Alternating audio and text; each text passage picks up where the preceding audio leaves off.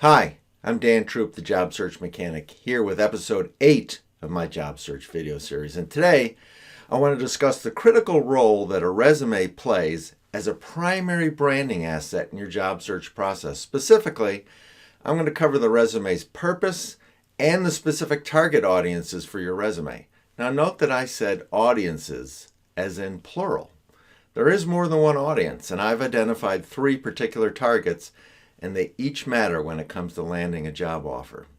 As always, before we get started, you can find all the details, instructions, and the tools on this specific step in the AdvantEdge Job Search process in my book.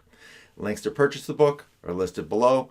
Be sure to like this video and subscribe to my channel for new job search videos every week. Let's get going.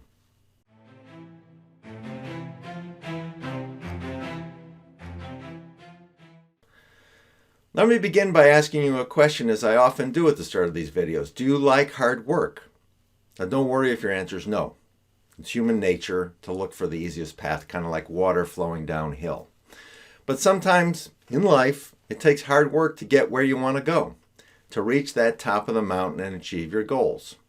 Drafting or writing a resume can be one of the most challenging and least favorite steps in the job search process for many job seekers. Reducing your life and your career accomplishments to 1 or 2 pages is not an easy task. Get the words correct and in an appealing format while knowing that your viability for an opportunity may be determined in less than 10 seconds of review. Well, that's a lot of pressure and a tall mountain to climb. But just like many difficult things in your life and your career, hard work's essential. Drafting an effective resume is critical for a successful job search process. In fact, I identify resume development as step number 4 in the AdvantEdge job search process. To write a winning resume, you first need to understand a resume's purpose in the job search process and the target audience. What exactly is the purpose of a resume?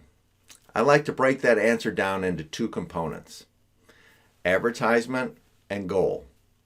First, the resume is a marketing tool, an advertisement of you and your value to the hiring manager and organization. An effective ad tells a story, and in this case, it's the story of you. The story is not a user manual. Too much detail and the story gets lost in the weeds. A well-crafted resume displays a vision of your potential and you as a solution to the problem of the open position. Secondly, every job search should start with a goal. And another word for a goal is purpose. A very singular purpose for a resume is to open the door for you and land an interview. Now, once you get the interview, the resume's accomplished its goal. The door's open. And once you're through that door, you use your interview skills to sell yourself. When you set out to draft your resume, you got to keep your target, the audience, in front of you. I keep things simple by focusing on 3 specific targets. This first target is not a person, but it's a system, the Applicant Tracking System, or ATS for short. Now, the ATS is a tool that supports the automation of the front end of the recruitment function. And an ATS is designed to filter resumes automatically based on given criteria, such as keywords, former employers, years of experience, schools attended, and so forth. Now, if the ATS is one of your targets, that means you need to learn how to format and optimize your resume to meet and exceed the ATS requirements. We'll talk more about this in a later video about how to improve the ATS score for your resume. The second target for your resume is the recruiter. Internal or external recruiter, it doesn't matter. Now, suppose that a recruiter spends on average between 6 to 10 seconds reviewing the first pass of a resume that's made it through the applicant tracking system. In that case, your advertisement, this story of you, needs to shine prominently on your resume.